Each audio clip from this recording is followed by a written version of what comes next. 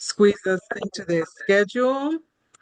And we have some updated information on TPS rally and the efforts in regards to TPS case that's pending before the Supreme Court. Caribbean Georgia Votes. We are the heartbeat of the Caribbean community that transforms political conversations. We are the go-to group that provides a unified voice and indispensable access on issues that shape our future. Our values, our core values, are we exist to engage, educate, mobilize, and advocate for the Caribbean community. You can always follow us on our Facebook page, Caribbean Georgia Votes, and is the same on all other social media platforms. And our website is cgvotes.org.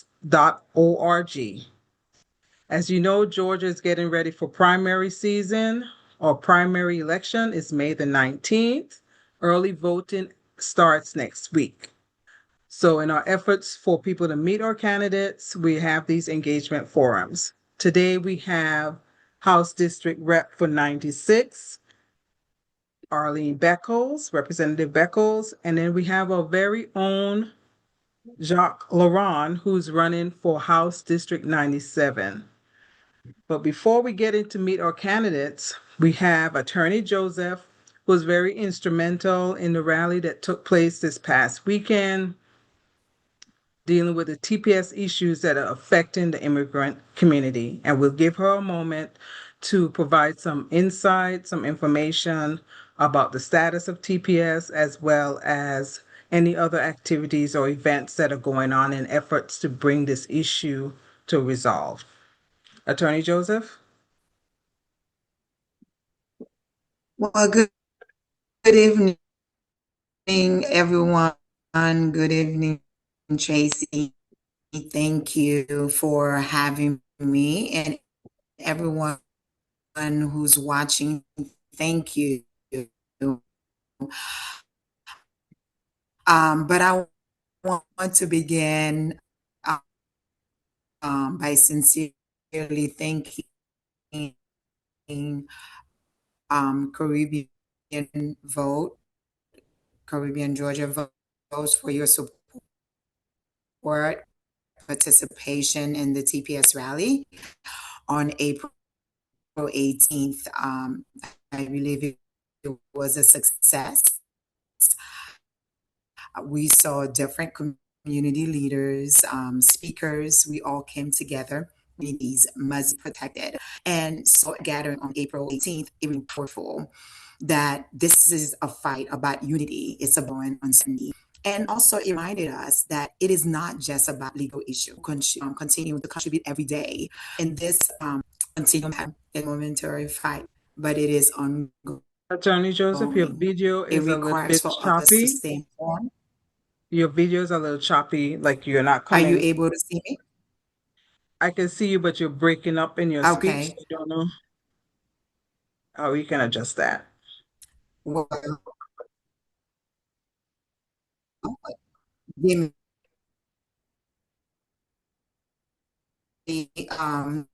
give me 1 minute.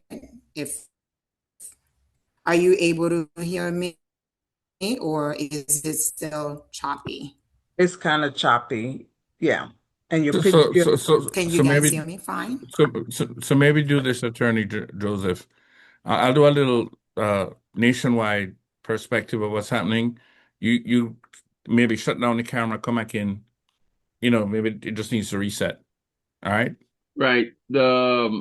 It seems like her bandwidth is low. You can speak because the video takes a lot of space. So just turn off the camera Okay. and speak. I think that'll be better. Go ahead, try that. Is that any better?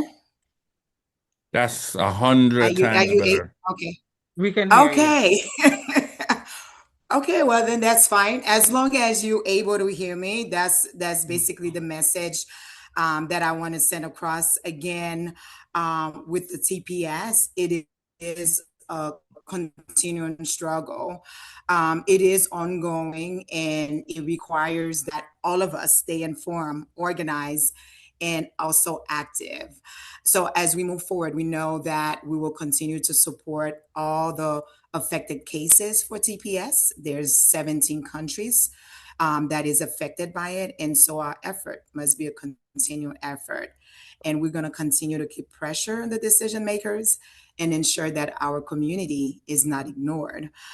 So as we are approaching a critical moment, which is where the Supreme Court is expected to hear the argument for TPS for Haiti and Syria on April 29th. So this is a hearing that has the potential to significantly impact the future of many families. So because of that, our advocacy cannot slow down. We must intensify. And we have connected and also collaborated with the National TPS Alliance in the section in Georgia. There will be a vigil that will be happening on Sunday, April 26th at 6 p.m. And the address is going to be at La Mission Católica. The address is 4603 Lawrenceville Highway in Lilburn, Georgia, 30047. We're expecting that we can have the whole community come together as a group. This will be another opportunity for us to stand together, to show strength, and to continue to demand fairness and protection. So we are looking forward, the Caribbean community, everyone who's listening, who care about justice, we're looking for you to support us. It will be the Supreme Court hearing, National TPS, my firm. We will be attending the hearing for everyone. The fight is fight and continue to work in front of us. But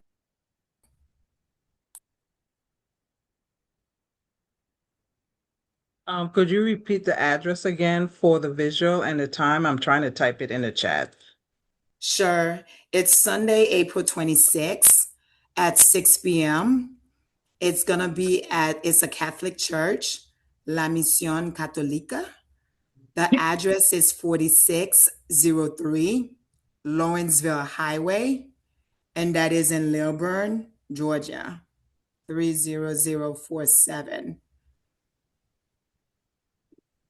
Thank you. And every action counts, people. It's been a lot of amazing things have happened. The House just voted for the Haiti discharge petition, which got 219 votes, that says that TPS should be extended for another 3 years. Miracle got 10 Republicans on board. This is what advocacy is about.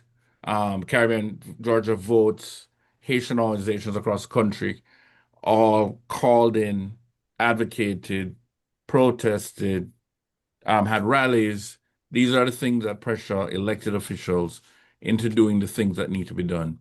We have to keep on the pressure, make people see what's happening.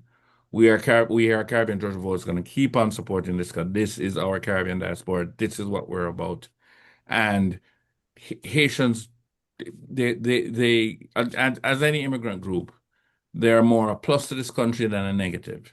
They add so much economically, and their families, their mothers and fathers, and people who work hard, pay taxes, they need to stay, need to keep on doing what they're doing. It's going to be an economic disaster to remove these people on TPS out of the country. That's first for this country, number one. Number two, let's keep our families together. It makes no sense. And guess what? For good things to happen, we have to put the work in. I just want to add that. Lana, Jacques, and everybody that is leading the campaigns, big respect. Thank you. Thank you. Thank you, Lana. Is there anything else you wanted to share? I know that we had the rally on past Saturday, continue to get support. Are there any other resources you want to share for some people who might be having issues regarding their TPS situation? I I know right now one of the issues that most the TPS recipients from Haiti are experiencing is the fact with the driver license, it can be difficult as some of the DMV, they are not issuing the driver license for those who have an expired employment authorization card, as some of the latest expiration for employment authorization card was February 3rd, 2026. So even with the extension, the automatic extension that was granted by DHS, where the new expiration date will be July 1st, 2026.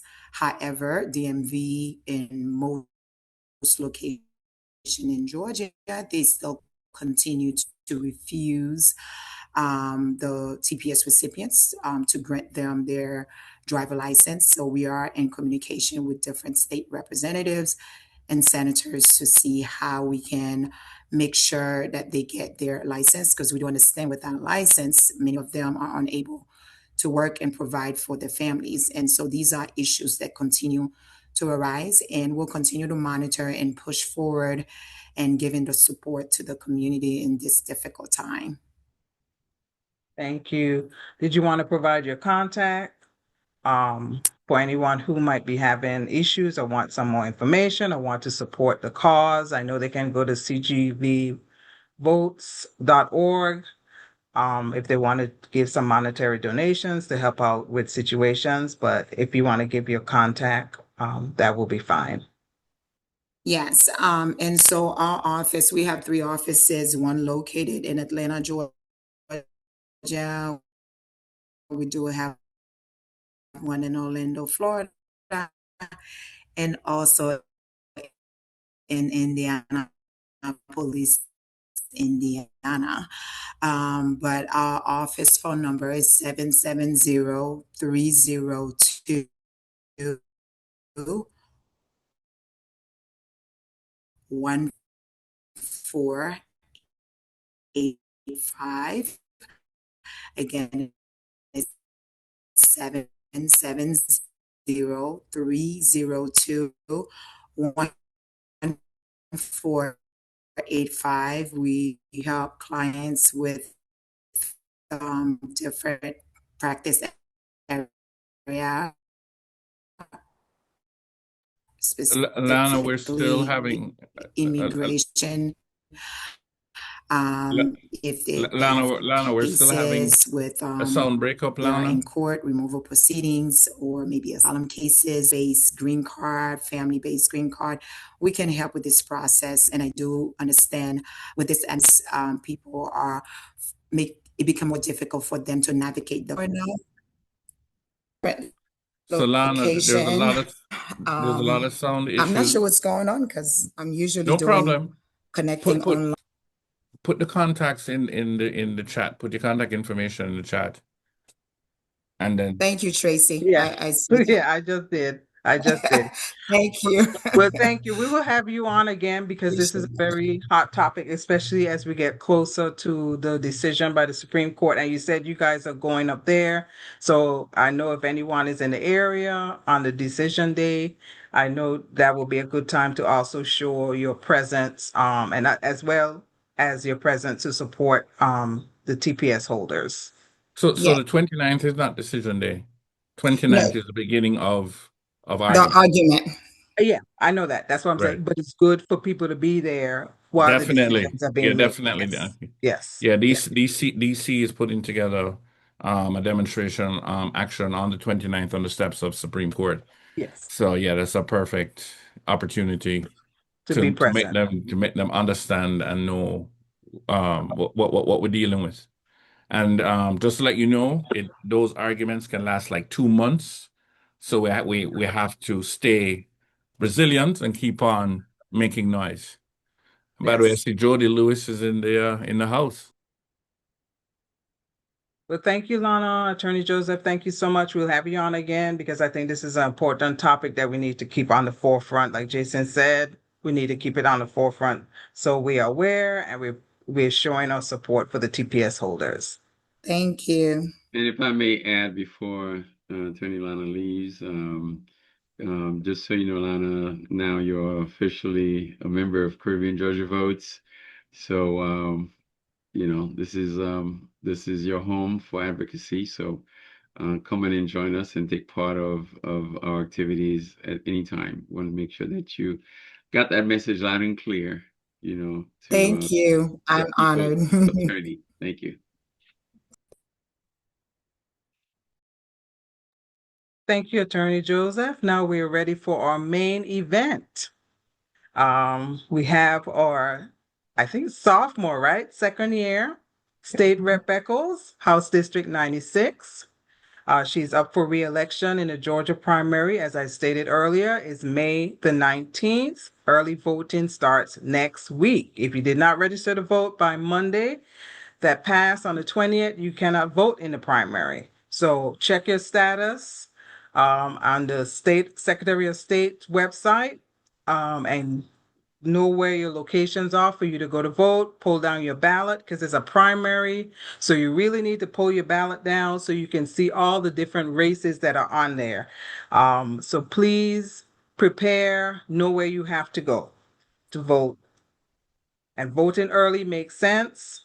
But if you are able to vote on the day of, it's May the 19th. So we're going to start with State Rep Beckles, and then we'll have a candidate for House District 97, Jacques Laurent. So welcome again. I will allow you, I said 3 minutes, to introduce yourself, who you are to our audience. Thank you. Sure thing. Thank you, Tracy. Thanks everyone for having me this evening, and it's going to be a short, quick introduction because I really don't like talking about myself. I always tell people just Google my name.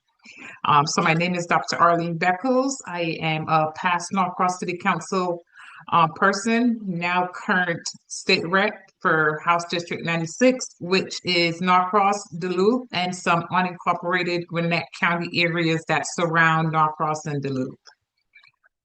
This, as Ms. Tracy said, I'm a sophomore. This is my first term, second year that I've just completed. I sit on 3 committees: technology and infrastructure, state properties, and special projects. And I'm a member of 4 caucuses: work and family life, the House Dems caucus. Also, I am the secretary of the Gwinnett delegation, and we are the biggest delegation under the GOLDA. And that's me in a nutshell. Thank you. Our candidate, our very own Jacques Laurent, has thrown his hat into the ring, and he is running for House District 97. So, Jacques, you have a lot to say, but you only have 3 minutes to introduce yourself. Okay, and I'll just quickly say a few things about my candidacy and leave the rest for questions. So thank you once again for this opportunity. Caribbean Georgia Votes. I've been a part of you guys for the past 5 years, and I've always enjoyed working with this team and look forward to continue that. But as I have stepped into the space of running for office myself, I'm running as a Democrat to represent Georgia District 97. And my campaign is about providing leadership that moves us forward. And our communities are very diverse. You have an innovative community full of heart, from small business in Norcross to families in Duluth, to the Tech Corridor, Peachtree Corners, to the close-knit community of Berkeley Lake. And for that, we deserve a voice at the Capitol that understands all of it. So when you send me to the Capitol, here's some of the things I'll fight for. I'll fight for affordability because I'm focused on lowering costs. I'm focused on lowering costs and expanding opportunity so families can breathe. Affordability isn't a luxury. It's a basic expectation for working families. If you're working hard, you should be able to afford to live here. And right now, too many families are being priced out. We need tax relief for housing, for healthcare insurance, home and auto insurance, and utility hikes. Another priority of mine once I win the election is defending democracy. That means to ensure that everyone's right to vote is protected and oppose authoritarian rule. When we're talking about democracy, we're not just talking about elections. We're talking about whether people feel heard. We're talking about whether working families can survive and thrive. Democracy works best when every eligible person can easily participate and citizens can trust that the results are fair and accurate and to their benefit. I will stand up for our American values, the rule of law, and the Constitution. Um, Another priority is public education. We need to ensure that our schools are fully funded, especially Gwinnett County Public Schools. On our better schools, I will oppose school vouchers and all kinds of schemes that would take away funding from our school systems and take away a good education from our kids.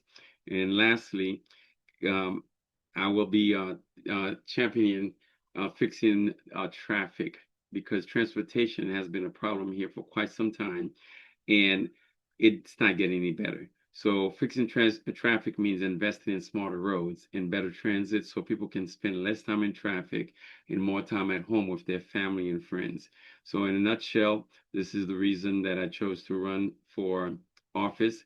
And this campaign is not about me. It's about us. It's about our neighborhoods. It's about our kids. And it's about our future. Thank you. Thank you so much for that, Jacques.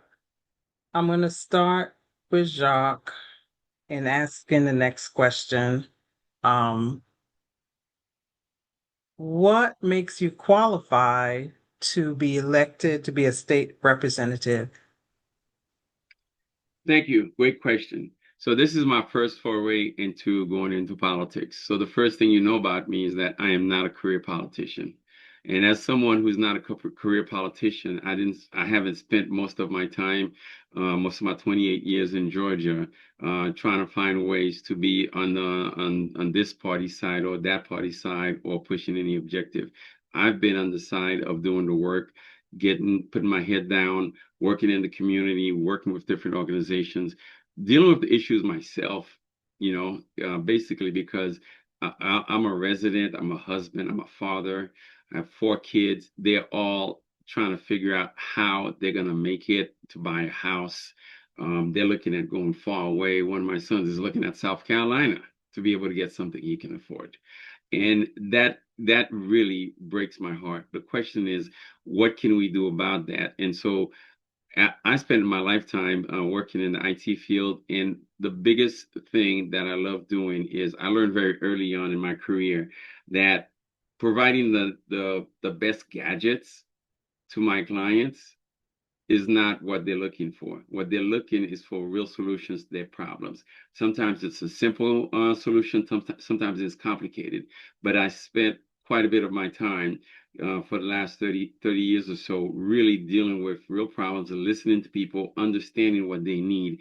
And that's what I would bring to the table at the House. It's not about which party side we're on. It's about the people that are on the side of the constituents that they serve. This is what would qualify me for this. Thank you for that, Jacques. State Rep Beckles, for you, my question is, you did 1 term, so why should voters vote you again to go back for another term? Thank you for that question. Number one, I got the experience. I'm ready to work. I've shown that I can do the work. I have dropped several bills, and I've had one that made it all the way to the Rules Committee. I have supported several legislative policies that help around education, healthcare, and someone has to continue doing the work. If it's not me, I don't know who you're going to get, but you need good leadership. The party itself right now needs to have a stronger hold in what we have under the gold dome. And I'm the one to make sure that we get that. Thank you. Mhm. So we have some specific questions on different areas, and then I'm going to open it up for anyone who has any questions for the candidates. So I'm going to start with you, State Rep Beckles. Mhm. You just talked about education and school quality. Jacques also talked about it. What things or measures can be introduced to help improve the public schools, protecting the teachers and ensuring students are prepared for college or trades or modern careers? What things do you think need to be done here in Georgia that can help push some of those issues that are affecting our public schools to make them better? Oh my gosh, now you're going to get me in some trouble here. We need to really keep the funding in-house for public education. Um, this voucher business is taken away from the funding that should be going to our public schools. The next thing that needs to be done is we need to take a hard look at the formula that is used to fund education, the QBE. It has not been updated in several decades, so we need to get that looked into and upgraded. I mean, cost of living is going up, and the QBE is still the same as it has always been for the last couple of years. We need more parent engagement as well as private public partnerships when it comes to engaging the school systems. We've had a lot of nonprofits that do partner with the public schools, but still, when it comes down to engaging with the youth, we need to do more. I mean, again, we just spent so much money on a voucher bill that's going to students who don't need it. They can say all they want to say, but the funds are going to students who really don't need it. And as I've been explaining as simple as I can, if you have a parent that applies for a voucher, number one, most of these schools don't have public transportation, so that parent is not going to be able to get that child to school. If you look at it, because these parents are looking for something more for their kids, but they still don't have the infrastructure in place to really get everything that they want for their kids. So just simple, let's fix the QBE first and then move through the other things that we need to get done. Jacques, same question. Do you need me to repeat it? Sure, why not? How will you improve, or what measures would you introduce to improve public schools, protecting our teachers and ensuring students are prepared for college, trades, and modern careers? What would you introduce, or what issues should be tackled under the gold dome to address this issue? Sure, absolutely. Thank you. So when we're talking about that, again, this is something very personal to me. I have 4 kids. 32 went through the school system here. My 23-year-old, he's in college now, trying to finish college, and my other 2 kids, they're finishing high school and finish middle school. So this is a constant conversation in my house. One of the issues that would happen when we talk about the big priorities for school education, first of all, like Dr. Beckles mentioned, the QBE. The last time the QBE was updated, that was 1985. Now, the QBE is the Quality Basic Education. What that means is that all our kids are learning on the level of 1985.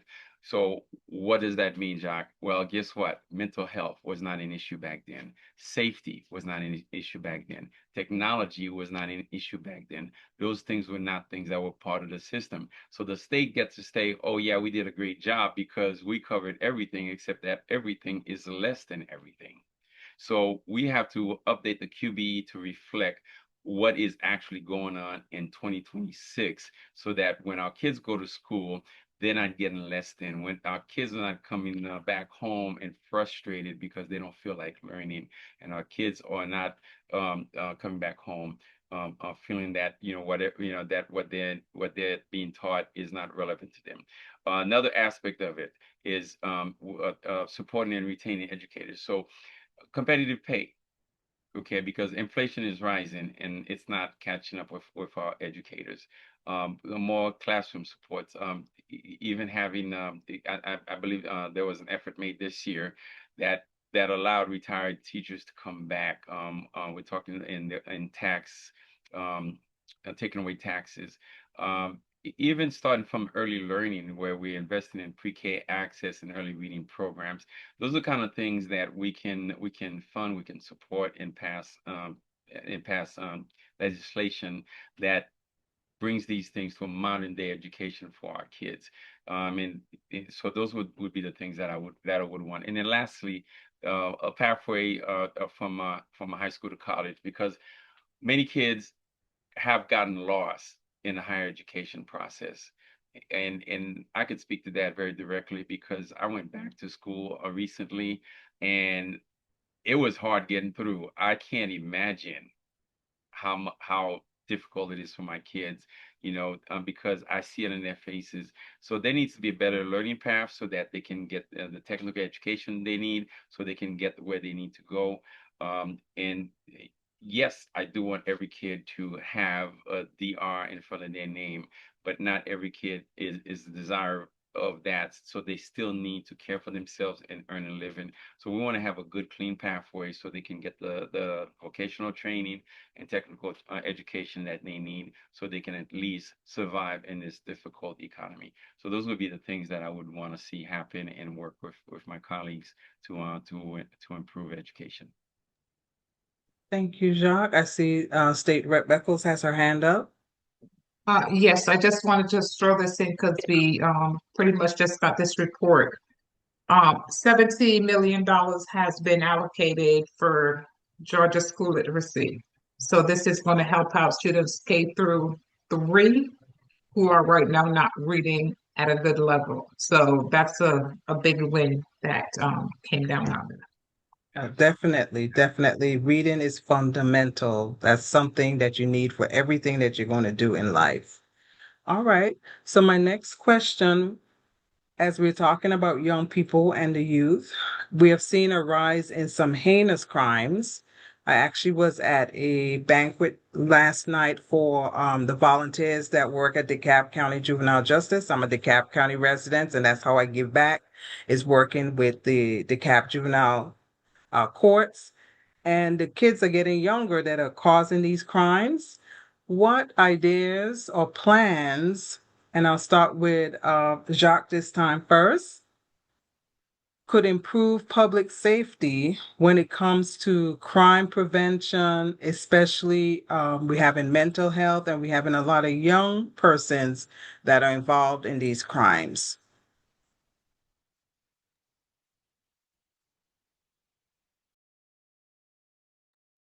Jack, your microphone is not on.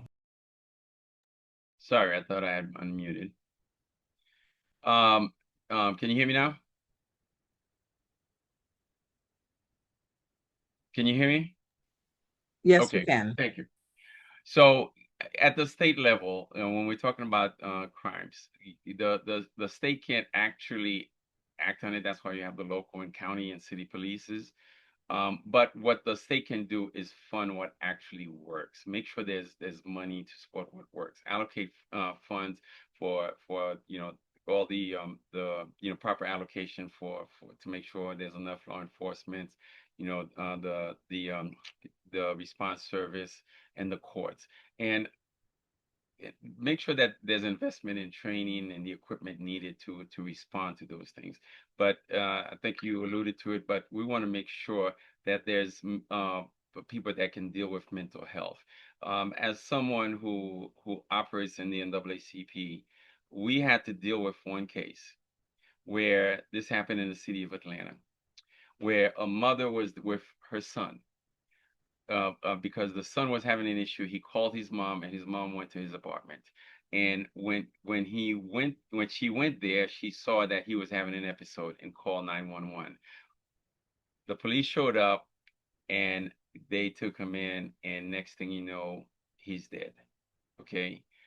And for 6 months, we at the NAACP office were trying to get report. We couldn't get report on it. It took almost a year to get a redacted video. This is one case where this young man was having a mental health issue, and the mother was crying for help, and instead, she ended up getting a casket. That should not happen. Our law enforcement agencies should be able to not only be able to identify those situations, but be able to have the support they need to help with these cases, so that we don't have these kind of tragedies. So um, the some laws also need to be updated, whether you're talking about on the violent crime and gun safety and organized theft. So we need to ensure that proper investment is made in prevention, that particularly at the schools, not to criminalize everything, because we've had a big issue since I've been here in Georgia, some called pipeline to prison, where they're already having beds established for the kids. Rather than focus on making sure they have the proper education, they're focusing on making sure they're going to go to jail. That should not be for a third or fourth grader. So those are some of the things that we can make sure that the proper legislations are done to ensure that our law enforcement agencies, are doing what they need to be doing to help the people that, like you typically hear, protect and serve, as opposed to criminalize each and every person that runs into a trouble in our community. Thank you, Jacques. State Rep Beckles, do you need me to repeat the question? No, I think I got it, and you know how short and to the point I get. So, number one, we're spending too much money building prisons. Some of that money can be repurposed for the agencies that deal directly with our school systems, especially law enforcement, awareness training. That is key. Just train folks based on whatever the need is. There was discussion about making sure that public safety officers know how to recognize that same situation that Jacques just mentioned. Just being aware on how to deal with these, situations. And the next thing I'm going to go back to is public-private partnerships. We cannot always depend on government to do everything. We have to partner up.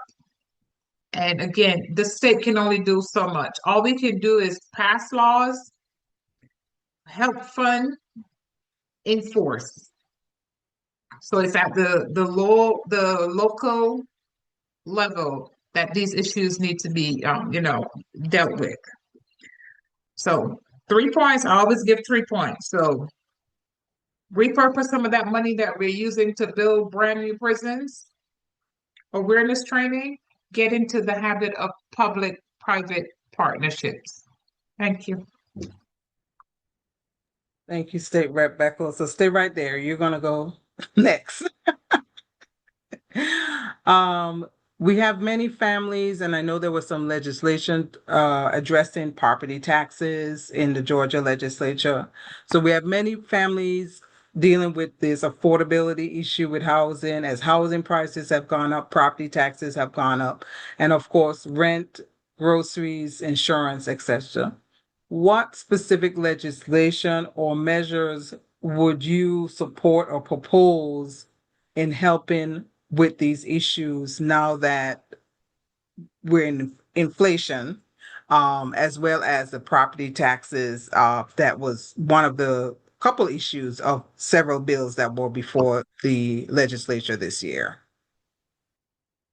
We did have several property taxes, exemptions, you name it. We had a slew of legislation coming across our desk.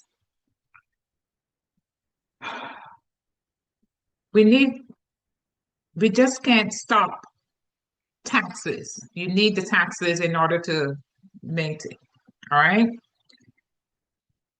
If you pass a property tax bill that you're saying let's eliminate property taxes, what's going to happen to the school system? What's going to happen to public safety? What's going to happen to the person that's renting when the building owner or the homeowner renting that house is going to pass the cost down to them? It's a no-win situation, all right? Now, as far as relief, they keep telling us you gotta tighten your belt, you gotta tighten your belt. But what about us? What about us? Right? We keep spending frivolous funding on things that we don't need. All right. So again, it may sound harsh, but I don't see how, if we eliminate property taxes or continue with all these different exemptions, how is the state going to function? And don't get me started on rural Georgia. Rural Georgia is hard hit, hard pressed. I mean, they hardly have, buildings or properties that can be rented out, that type of stuff. So again, we have to come to an agreement where we can all get together and discuss, and not just one party doing one thing and forcing it down our throats. So that's where the imbalance is. Thank you. Jacques, your perspective on that question? Yes, and I echo some of Dr. Beckles' sentiments, because there's a lot of factors at play, and there are some things that we can do at the state level when we're talking about affordability. So with housing, for example, what doesn't work is what was attempted to play out this year, where there was an intent to eliminate property tax. So I had a conversation with a couple of mayors, and they told me that's one of their concerns. They said, you make it up there, I want you to fight for that. Because when you take away the property taxes, you take away the ability for the cities to provide the services. Well, that sounds good on paper, but then when you take that away, then now you still need those police services. You still need trash collection and many other services that the city provide. So what is the city going to do about that? Well, they're going to start charging fees, except that the fees are not going to be as effective. In addition, they're not going to be tax deductible. So there has to be more common sense. So to Dr. Beckles' point, both parties have to sit at the table. It can't be one party making decisions willy-nilly on one side and not making sure that all the aspects are covered, because regardless of the party we're on, we serve the entire state. And so in terms of lowering housing costs and affordability, here's the other thing. We're sitting on $16 billion of reserve, unallocated reserve, quote unquote. But in my conversation with someone who works in the finance department for the state, he was breaking down to me how that works. Actually, $8 billion of it is for about Medicaid. Now, $6 billion of it is actually reserved. There's a requirement somewhere between 4 and 12% to keep as reserve for the state. we're pretty much at the max in what we're keeping, and that would be about 6 billion. That still leaves about $10 billion, where 8 billion is already pre-allocated. It's not actual reserve, it's pre-allocated for Medicaid. And because it's coming from on high, from the federal government being told not to expand Medicaid, then it makes our expenses higher. When we're talking about affordability, we're talking about somebody who's uninsured, walking down the street, breaks their leg. The law requires that that person goes to the hospital and be cared for. But the care will be enough to get that person up and running and put them back, on the road.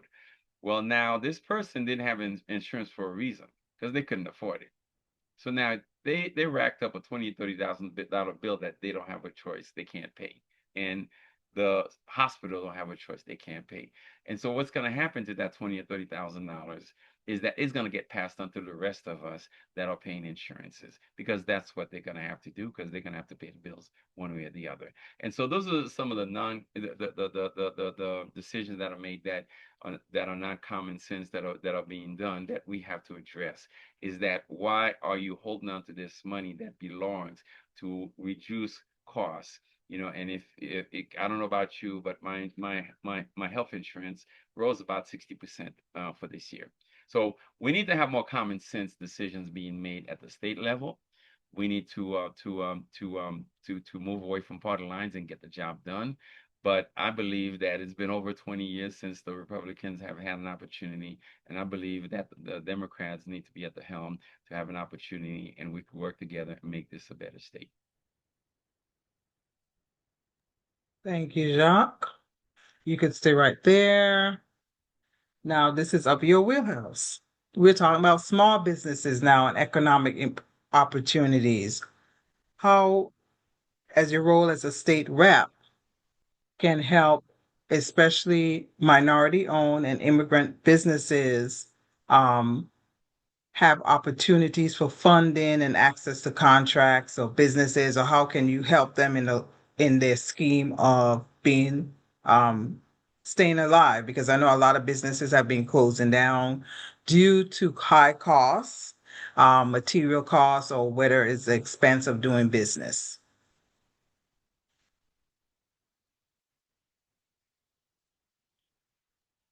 Thank you, Tracy.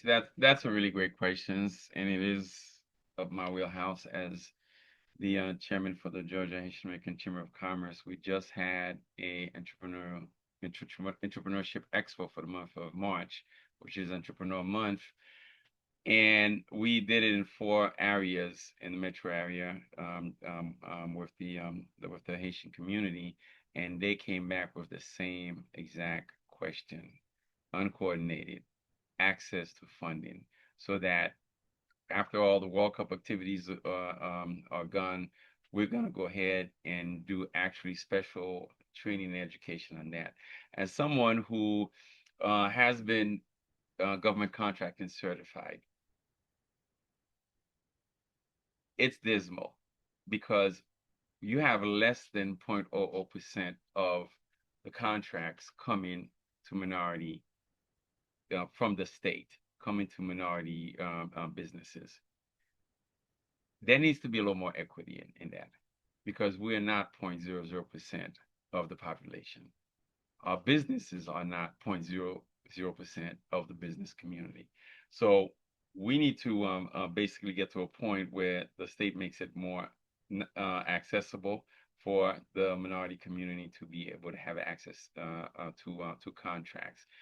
Many people, they have to get contracts at federal level, like I had to do, because at the state level the contracts just were not coming my way, and I have many others. So certain areas you can get, but it's not always the top level of professional businesses. So, or you have to have somebody. And here's the other part. So you have minority-owned businesses. Many of the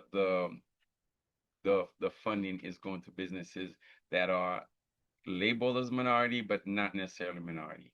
And so that takes away from us. There needs to be a clear distinction that if you're a minority, you're a minority. There are the women own small business designation. So those should be clearly that. And I've heard stories about people that put women in front and show they're 51% owner just to get to the contracts because they would otherwise not have access to those contracts. So those things need to be sniffed out so that our tax dollars that are being used to provide services for us through the businesses can be accessible. And lastly, I mentioned particularly under the circumstances, and again, I'll echo some of the concern that Dr. Beckles mentioned that after you take away so much, there's not a lot left. So we don't want to take away the taxes, but now is a good time for tax relief.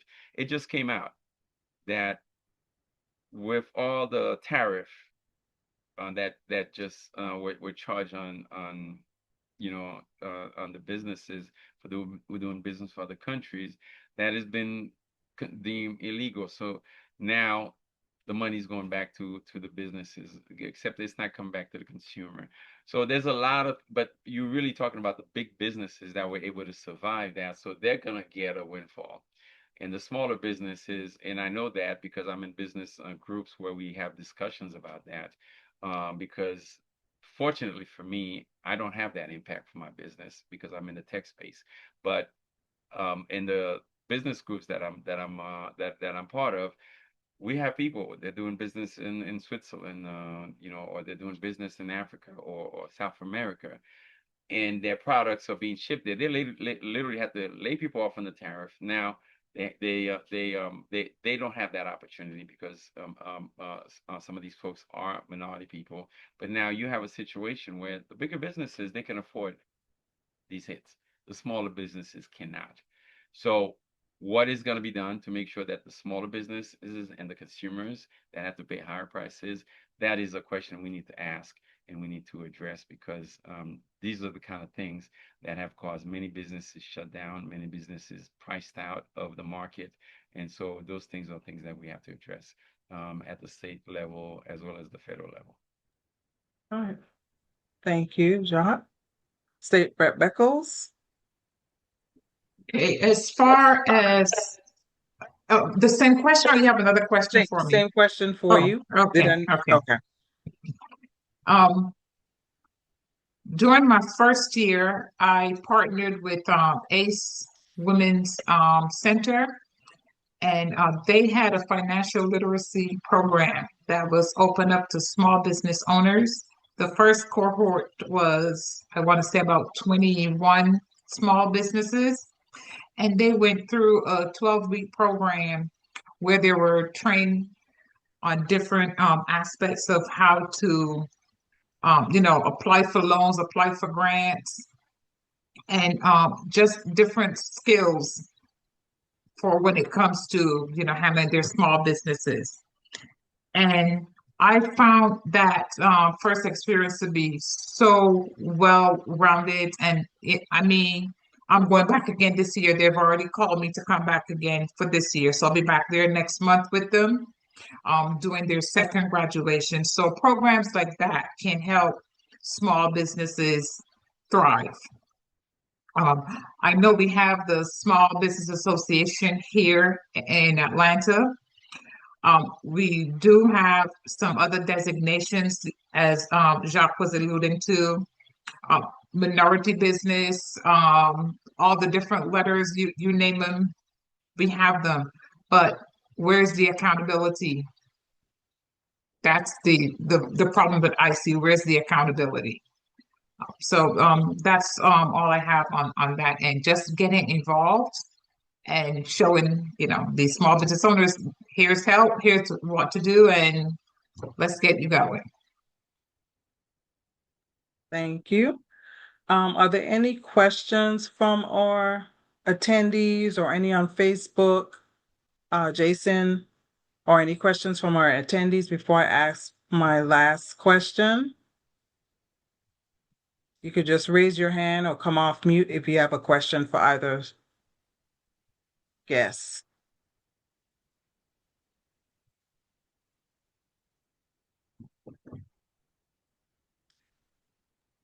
Carol?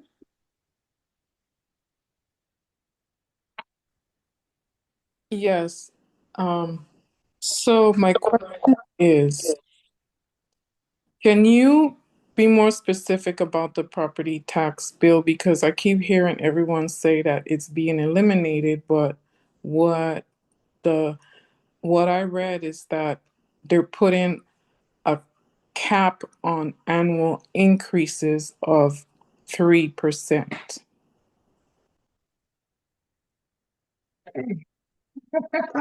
So that's for state rep Beckles. Oh my goodness. That it was called the Home Act. That was the original bill that came out eliminating, they wanted to eliminate property taxes through by now in 2032, I think it was. That bill came out very late in the session.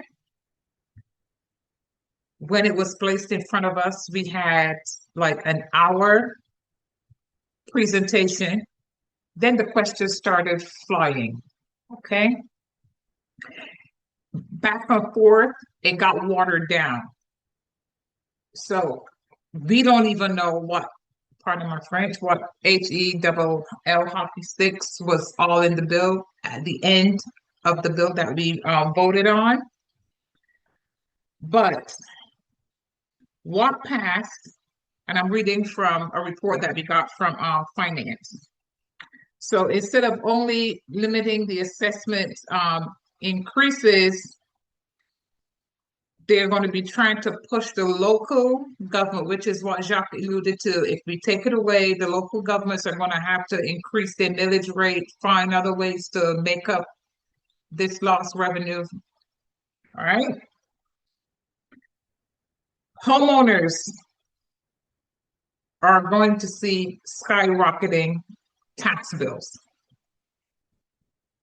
Right. So the promise of relief is not really a promise. As another rep has started saying, the devil is in the details. All right. So if you can just imagine, check right here, getting a bill that's 32 plus pages put in front of you, and you have less than the amount of time that I have to dry my hair to read and understand that bill. I that is the best way that I can help explain that to you. We don't know all that was in that bill. Can I ask a follow-up question? Sure. I just last time I read up on this bill, I was under the impression that it did not pass. So are you in just kind of straight answer, did the bill pass or not? I thought it did not pass. It got watered down. Got watered down Right. and then eventually went through. Okay. It got watered down. And at the last vote, if I remember correctly, it was the bill sponsor got down to the well, said 2 words, and the next thing is we're pushing buttons. But I can get more information on it for you because I plan, and I had explained this to a city council member already. I had planned to take myself, my salary, the house, all my bills, and lay it against this bill just to see what all would impact me as a homeowner. All right. But that's going to take some analysis to do. But yeah, that was my goal.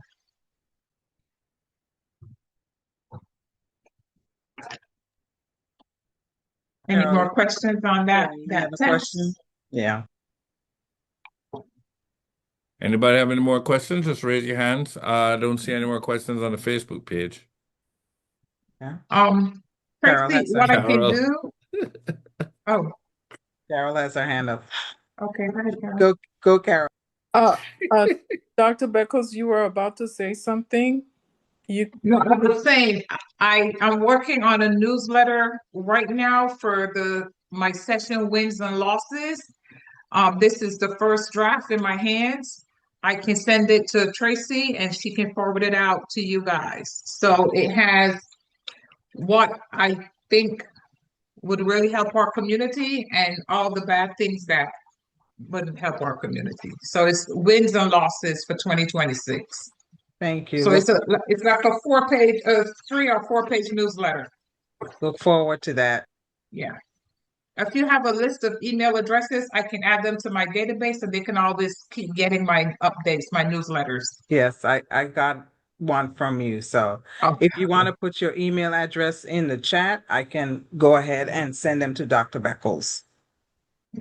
Also, though, if you forward it to us, we'll forward it out to our database. Okay. So Carol, I just need an email. Tracy, I'll use yours. That's fine? that's fine. Okay. Okay, so my next question is, can you talk to us about that bill that's going to make or trying to make us go back to paper ballots? Can you just enlighten us about that? Okay. That bill was passed a cycle ago, so it's July 1st this year. They were supposed to get rid of the QR codes. When I got on and I started to read and understand and ask questions about it, I asked the question, did anybody reach out to the Secretary of State to ask what criteria is used to capture the data in the QR code? Because that's the missing piece. We need to know what that data is. Nobody had done that. We dropped a bill asking them to move the deadline, which is July 1st, to move it to next year so that we could at least get through the primaries and the general election. Nothing. When we left on April 2nd, Friday morning, it still wasn't discussed.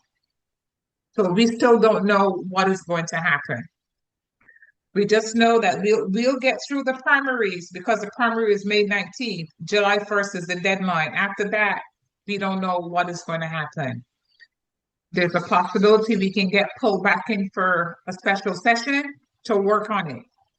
Again, we don't know. So we're all in limbo. So we're just hoping to get through the May 19th primaries and then see what the Secretary of State and what the governor wants to do.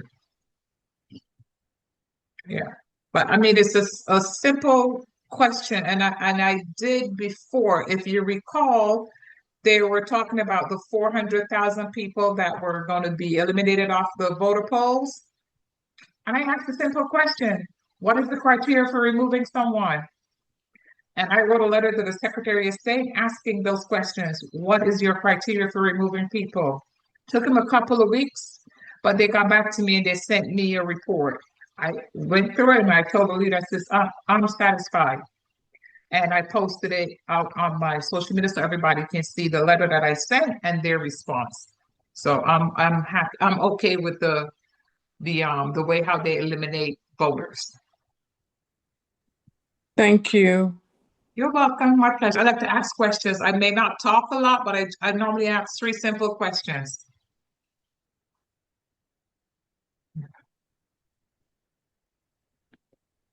Oh, I need to raise my hand, right?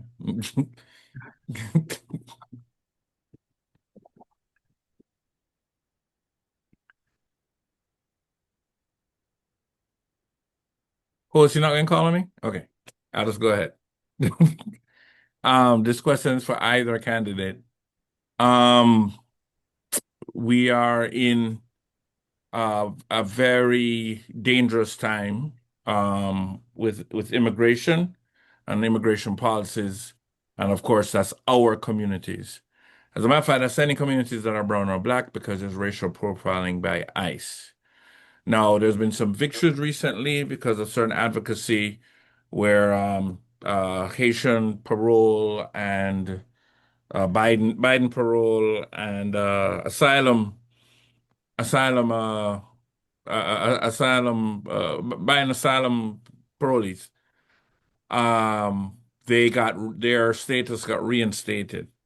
Unfortunately, some of them have already been deported, some of them left already, self-deported, so on.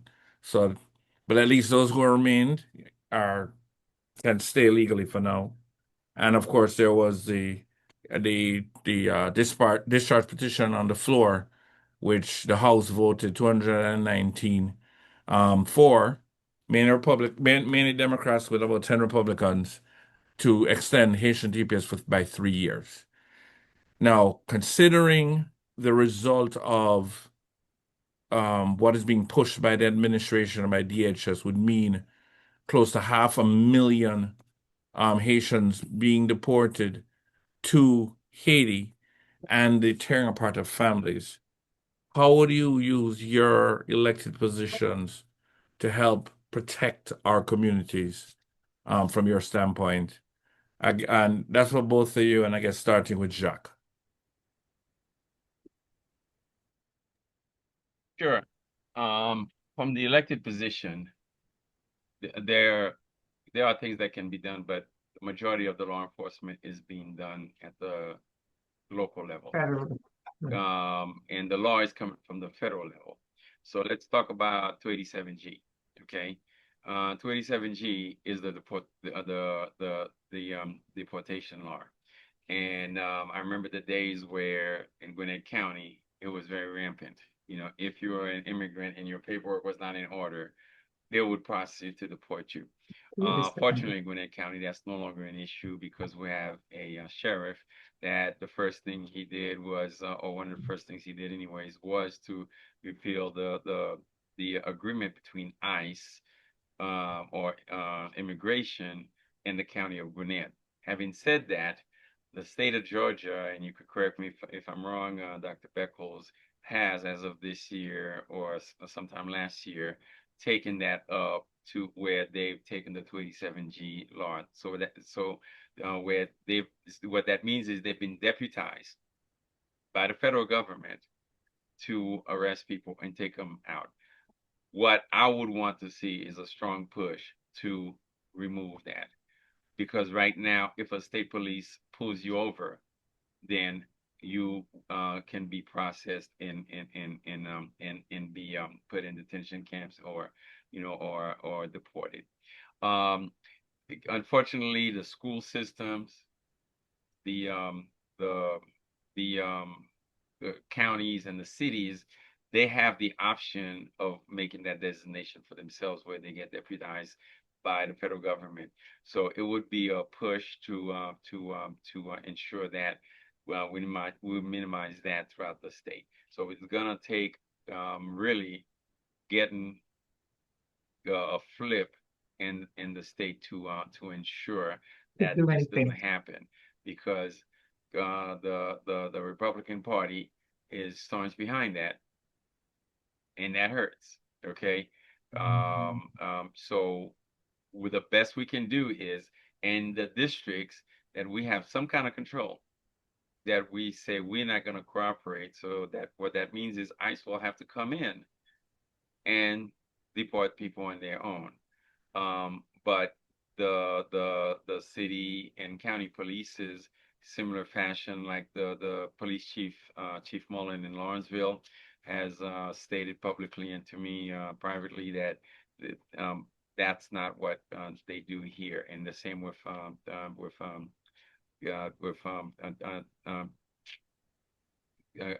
Chief Kibo Taylor. I'm sorry, Sheriff Kibo Taylor have said the same thing. So we need more places at the local level that we can push back on that until we can get the state to push back on that. Now, there's not much that I can add to that.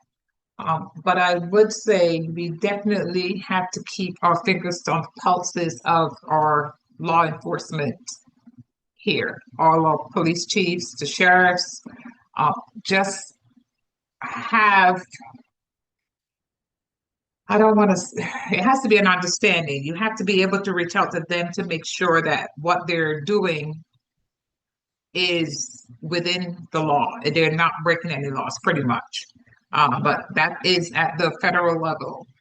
At the state, there's not much all we can do.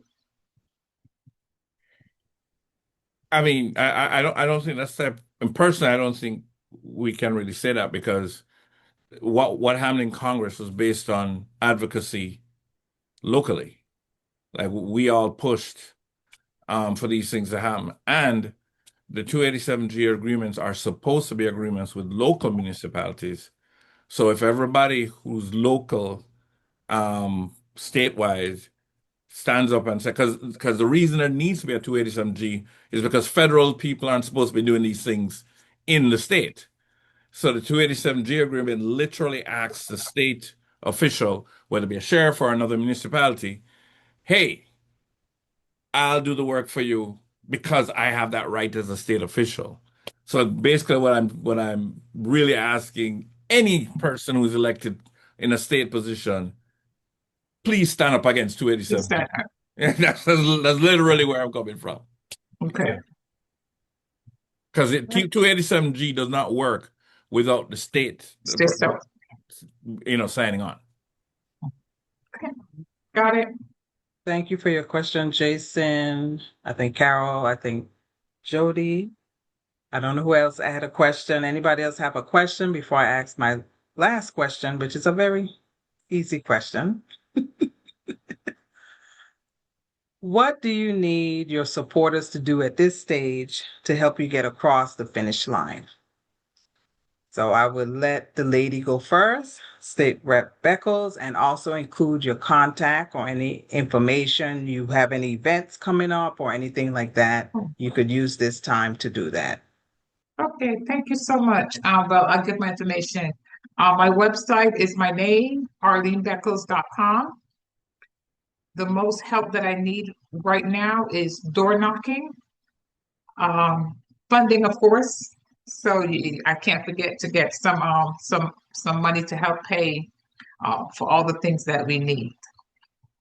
I do have a few folks that are doing phone calls, phone banking, and card writing. So, but other than that, it's door knocking that I need now starting this weekend because this is when the real push starts. Thank you. Jacques?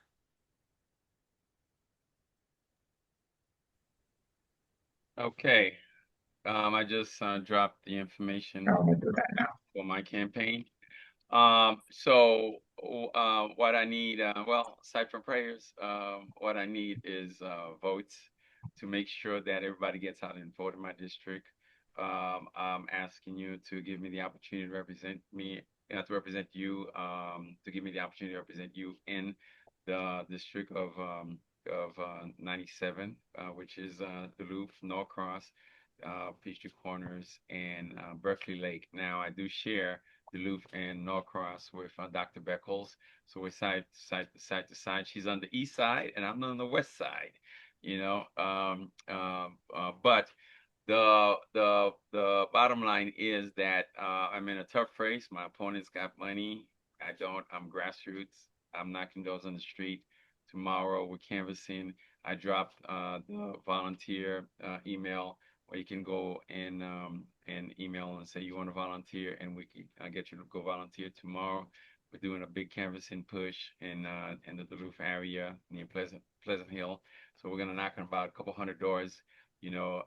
But bottom line is, at the end of the day, I'm out there every day. I'm making phone calls. You know, we got people canvassing. We got people phone banking. We got people text banking, and you know, that's all it is at the end of the day. We just want to make sure that people hear the message that we have so that we can represent this district, and that each and everyone that has the opportunity to hear what my message is, they can go out and vote, and definitely vote for me. So vote for Jacques Laurent for House District 97. And thank you for this opportunity to speak. Thank you both for joining, taking time out of your busy schedule. I appreciate your time. I especially appreciate the work that you do, State Rep Beckles and Jacques, even the work that you do now. It's very important work. So we do appreciate you taking your time to speak to our community. I think there's an event coming up next Thursday, right? At Norcross. Oh, yes, yes, we can send you that. It's a candidate mingle. So it's next Thursday, Norcross Community Center from 6:30 to 8:30. And where we'll have about 10 of us, I think. They'll be around, talking to the constituents, and halfway in between the session, we'll stop and have a quick introduction and some question Q&A, that type of stuff. But it's mainly to get the candidates in front of the constituents. Thank you. I didn't Yeah. see a flyer, so I think we do have a flyer already, and we'll push it out so that people Okay. can pass it around and get people out too. Because election, like I said, early voting starts next week, April the Monday. 27th. Go to iwillvote.com or go to the Secretary of State website to get your ballot ahead of time. We will be having another candidate forum next week, Tuesday, 7:30, same place. We will be sending out the flyer hopefully by the weekend. Jody Lewis, who's on here, she should be one of our panelists, as well as some other Caribbean American candidates, because we want the community to know who you are, what you're running for, and what you stand for. So it's important for us to get you guys out in front of our community and others as well. So thank you for joining Caribbean Georgia Votes. Follow us on Facebook at Caribbean Georgia Votes on Facebook and all the social media. Also, cgvvotes.org is our Facebook page. Keep up with the TPS rally. Remember, the visual is this Sunday at 4603 Lawrenceville Highway in Lilburn. So please write that down, pass the word around. We appreciate all the support. Thank you, and have a good night. Good night now. Thank you. And please Good. invite friends, and my other countries, especially Jamaica, please invite friends, because we have too many Virgin Islanders in this session. Carol, Denny, we have Devin and Tracy. Like that's a problem. That's too much. I need more of a balance. I need more Haitians, I need more Jamaicans, I need more Bahamians, I need more Bajans up in this mix. So people, a Yes. Bermuda in the house, thank you. I need to bring the other Bermudians. We need to bring DJ Can up in the mix. So people, let's make sure we bring the numbers next time around. Yes. Representative right. Don't forget Beckles, the Guyanese people, the where- Antiguans. where your origins are. Me, Barbados. Oh, okay, you're big, huh? Yes, I'm a Bajan. JC, Good. take us off recording Facebook Live, please. Wait, why, you don't think this behavior is for public consumption? Is that the problem, Tracy? Oh, yeah. Yep. Bajan to the bone. All right, live. All right, stream. guys. Good night. Thanks Good night. again. And Thank I'll you. see you soon. Mhm. Yes. I'll send the newsletter out as soon as it's done. Okay, appreciate you. Okay. Thank you All right. so much. All right. Bye-bye, guys.